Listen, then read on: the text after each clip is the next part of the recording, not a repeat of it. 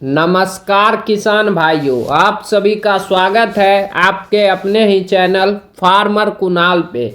आज आप सभी को एक बहुत ही ज़बरदस्त बुल के बारे में बताया जाएगा, जिस बुल का नाम है सियारा, जो बहुत ही शानदार बुल है। एसटी जेनेटिक्स कंपनी के बुल है, जिसका सेक्स शॉर्टेड सीमन ही इंडिया में अवेलेबल है। जिस बुल का सीमन का स्टार्टिंग प्राइस है 4,000 रुपया, जो बहुत ही शानदार मिल्किंग कैपेसिटी है।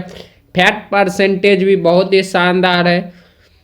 बस थोड़ी सी इसकी प्रोडक्टिव लाइफ कम है, लेकिन बाकी सब कुछ ठीक है। तो आपको शुरू से अंत तक वीडियो को वॉच करना चाहिए। अगर कोई भाई डेयरी फार्मिंग स्टार्ट कर रहे हैं तो आप ब्रीडिंग पे काम कीजिए। क्या क्या ज़रूरी चीज़ है, जैसे आदमी में गोत्र ज़रूरी है, उसी तरीके से जानवर में पेडिग्री देखना ज़रूरी है। सेम पेडिग्री वाले लगाने से इनब्रीडिंग हो जाता है। इनब्रीडिंग भी दो प्रकार के होते हैं, एक होते हैं फैमिली इनब्रीडिंग और एक होते हैं depression of inbreeding. Family inbreeding जैसे मुस्लिम लोग में कज़न मैरिज हो गए, और डिप्रेशन ऑफ इनब्रीडिंग किसे कहते हैं, जैसे सेम एक ही तरह के जैसे हैं, इसकी मदर भी यही है और फादर भी यही है। जैसे अरमाडा की बछड़ी है, उसको भी अरमाडा का ही सीमन लगा दिए, तो वो हो गए डिप्रेशन ऑफ इनब्रीडिंग का शिकार। क्यों बताते हैं, इसलिए क्योंकि अरमाडा का बछड़ी को अरमाडा का लग जाएगा, ना तो उस बछड़ी की बॉडी में सही से ग्रोथ होगा, ना ही सही टाइम पे वो हीट में आएगी, ना तो उसकी ऑर्गन सही से डेवलप्ड होगी। ये सब देखने को मिलेगा। ना तो वो 4 साल में जाके हीट में आएगी, ना तो सही से वो मिल्क पे आएगी सही से। ये सब होता है डिप्रेशन ऑफ इनब्रीडिंग। और कज़न इनब्रीडिंग क्या होता है ये बताते हैं, जिसको कहते हैं दो प्रकार के इनब्रीडिंग। जैसे ये अरमाडा की बछड़ी है, अरमाडा में फादर था मुगल, और उसकी जो दूसरे ब्लड लाइन का बुल, उसकी जो डॉटर है बछड़ी है, उसमें लगवाए दूसरे ब्लड लाइन का सीमन दूसरे बुल का। जैसे अरमाडा की है, उसको दूसरे का लगा दिए, मानिए मैजिक का, उसमें भी मान लीजिए मुगल कहीं से मैच कर गया, पर दादा में, पर नानी में, ऐसे किसी में मैच कर गया, वो होता है फैमिली इनब्रीडिंग, क्लोनिंग इनब्रीडिंग। बस इन सब चीज़ों को आपको ध्यान दीजिएगा ना, बारीक से बारीक चीज़ों पे आप सक्सेसफुल डेयरी फार्मर बनिएगा। इसके लिए आपको मेरे वीडियो को शुरू से अंत तक वॉच करना जरूरी है। इसकी जो पेडिग्री है, casual x observer x die-hard, जो बहुत ही शानदार ब्लड लाइन से है। यह एक प्रोवन बुल है, और ये इसकी जो मिल्किंग कैपेसिटी है 13,493 किलोग्राम, और फैट परसेंटेज जो है 3.8 है, जो बहुत ही शानदार है पर डे मिल्किंग में। और प्रोटीन परसेंटेज जो है 3.1 है, जो पर डे मिल्किंग में बहुत ही शानदार है।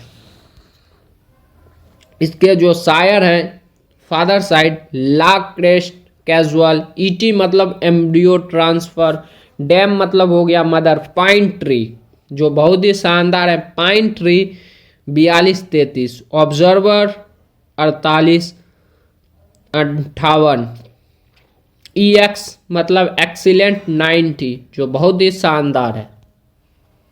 उसके बाद है MGS का मतलब हुआ मटेरियल ग्रैंड सायर, जो है DE सू ऑब्जर्वर, ET मतलब एम्ब्रियो ट्रांसफर, VG मतलब वेरी गुड। यह जो बुल है वेरी गुड है, आपको कम से कम वेरी गुड वाला ही बुल यूज करना है, गुड वाला नहीं, क्योंकि मार्केट में जब अच्छे अच्छे बुल है तो आपको उसे यूज करना चाहिए।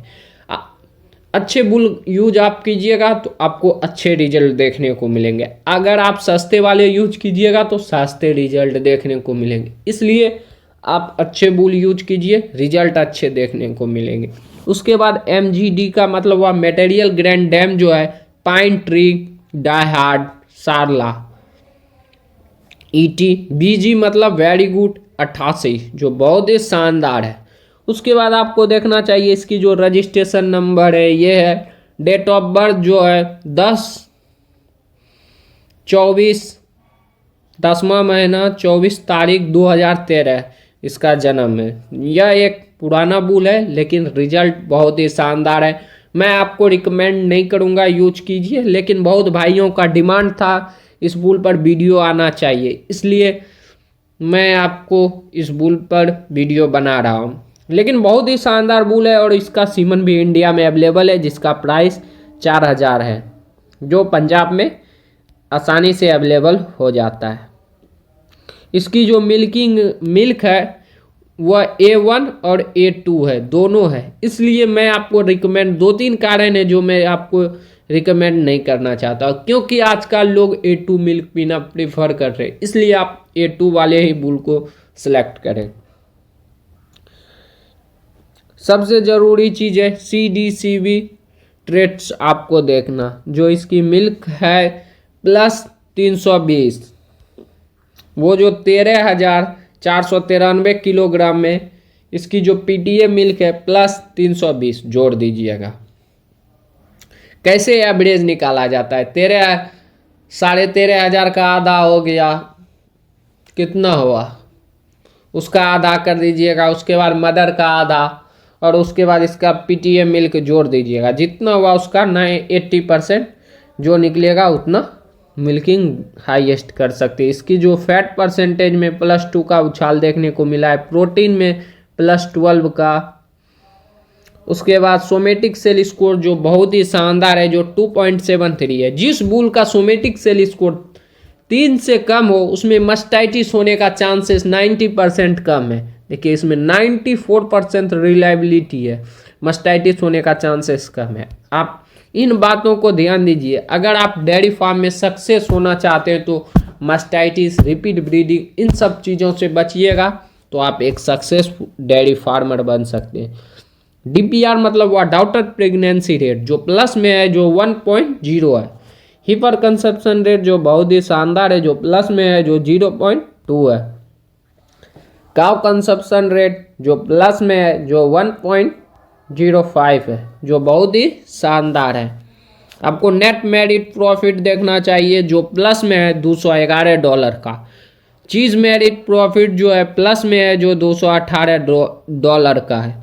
आपको देखना चाहिए सबसे ज़रूरी चीज़ है काल्विंग समरी, जो सायर काल्विंग एल्स, जो 100 में से 2% को बच्चा देने में दिक्कत होगी। जो रिलायबिलिटी है जो 80% है, जो बहुत ही शानदार है। 100 में से बच्चा देने में दिक्कत, वो थोड़ी खिंचातुमी करके बच्चा को निकालने में, और कोई बात नहीं है। डाउटर काल्विंग एल्स 2.5% जो 74% रिलायबिलिटी के साथ, जो बहुत ही शानदार है।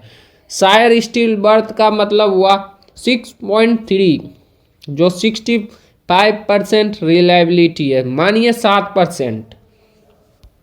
गाय बच्चा दी, जिसका बच्चा मरा हुआ है उसे कहते हैं सायर स्टील बर्थ। और डाउटर हुई उस गाय की, जो डाउटर है उसकी जो अब जिस बुल का सीमन लगवाए उसकी जो बच्चा मरने का चांसेस है कितना, 100 में से मानिए ना 6.5, क्या मानिएगा 7% मान लीजिए मरने का चांस है, तो 67% रिलायबिलिटी। तो इन सब चीज़ को आगे और जाते हुए समय में सुधार देखने को मिला है। बहुत सारी बुल ST जेनेटिक्स में मैं एक बुल पे बनाया, बहुत ही शानदार है रिजल्ट है, इसलिए आने वाले समय में और बहुत ही शानदार रिजल्ट देखने को मिलेगा। इसलिए इससे अच्छे बुल है, आप उनको यूज कीजिए। लेकिन बहुत सारे भाइयों का डिमांड था, इसलिए इस बुल पर वीडियो बनाया गया। सबसे ज़रूरी चीज़ है TPI, जिस बुल का TPI जितना ज़्यादा वह बुल उतना शानदार। TPI का मतलब वह टोटल प्रोडक्टिव इंडेक्स, इसका जो TPI है 2250 है, जो बहुत ही शानदार है।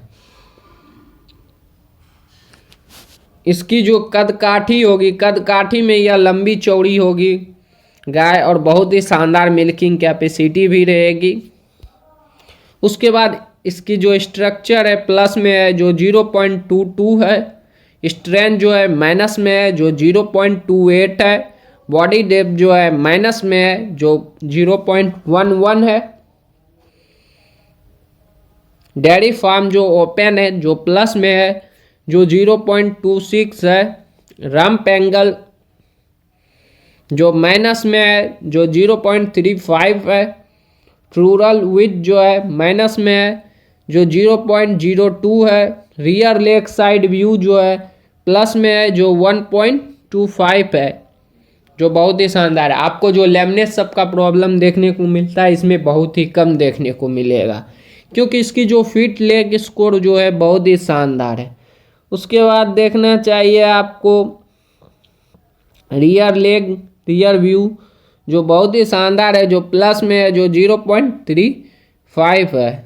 उसके बाद फुट एंड एंगल जो है प्लस में है जो 0.02 है।